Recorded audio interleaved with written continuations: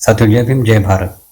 साथियों, 1932 में ब्रिटिश भारत के पंजाब प्रांत के एक छोटे से गांव गह में एक बच्चे का जन्म हुआ। नाम रखा गया मनमोहन सिंह।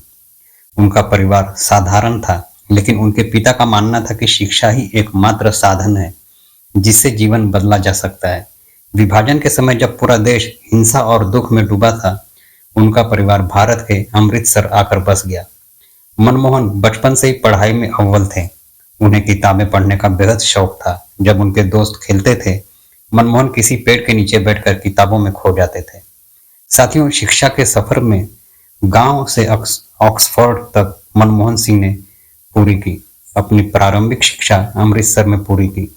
इसके बाद उन्होंने पंजाब विश्वविद्यालय से अर्थशास्त्र में स्नातक और परास्नातक किया। उनकी बुद्धिमत्ता और मेहनत ने उन्हें कैम्ब्रिज विश्वविद्यालय की स्कॉलरशिप दिलाई। उन्होंने 1957 में कैम्ब्रिज से अर्थशास्त्र में मास्टर डिग्री प्राप्त की और फिर ऑक्सफोर्ड विश्वविद्यालय से डी.फिल की डिग्री ली। एक साधारण किसान के बेटे ने विश्व की शीर्ष यूनिवर्सिटियों में अपनी प्रतिभा का परचम लहराया। भारत लौटने के बाद मनमोहन सिंह ने दिल्ली स्कूल ऑफ इकोनॉमिक्स में बतौर प्रोफेसर पढ़ाना शुरू किया। छात्रों को पढ़ाते हुए भी वे भारत की अर्थव्यवस्था को लेकर चिंतित रहते थे। उनकी काबिलियत ने उन्हें संयुक्त राष्ट्र और विश्व बैंक जैसे अंतरराष्ट्रीय संगठनों तक पहुंचाया। 1982 में वे भारतीय रिजर्व बैंक के गवर्नर बने। उन्होंने भारतीय वित्त व्यवस्था को मजबूत करने के लिए कई अहम कदम उठाए। साथियों, 1991 के संकट में मनमोहन सिंह एक नायक के रूप में उभरे। 1991 में भारत गहरे आर्थिक संकट में था। देश के पास केवल 15 दिनों का विदेशी मुद्रा भंडार बचा था।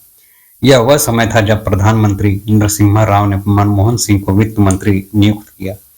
मनमोहन सिंह ने संसद में एक ऐतिहासिक भाषण दिया।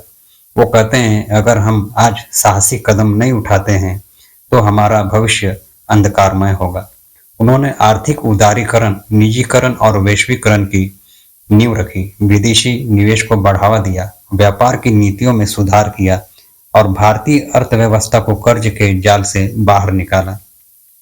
साथियों, 2004 में कांग्रेस पार्टी के नेतृत्व में डॉक्टर मनमोहन सिंह प्रधानमंत्री बने।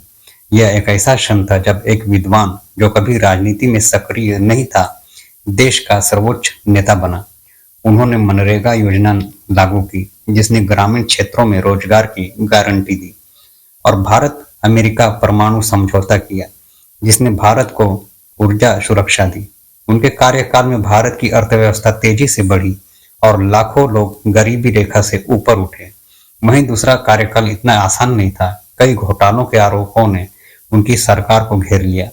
इसके बावजूद उनकी ईमानदारी और सादगी पर कभी कोई सवाल नहीं उठा। साथियों, मनमोहन सिंह ने प्रधानमंत्री पद छोड़ने के बाद सार्वजनिक जीवन से दूरी बना ली। वे अपने परिवार के साथ एक साधारण जीवन बिताने लगे। उनकी पत्नी गुरशरण कौर और बेटियां उनके साथ हमेशा खड़ी रहीं। 26 दिसंबर 2024 को डॉक्टर मनमोहन सिंह का दिल्ली के एम्स अस्पताल में निधन हो गया। देश ने एक महान अर्थशास्त्री, एक ईमानदार नेता और एक सच्चे देशभक्त को खो दिया। उनकी अंतिम यात्रा में लाखों लोग शामिल हुए। हर किसी की आंखें नम थी और दिल में एक ही भावना थी, आपने जो किया वह इतिहास में अमर रहेगा। साथियों, देश के हर दल के नेताओं को डॉक्टर मनमोहन सिंह के जीवन से सीख लेनी चाहिए। ईमानदारी और सादगी सफलता का सबसे मजबूत आधार।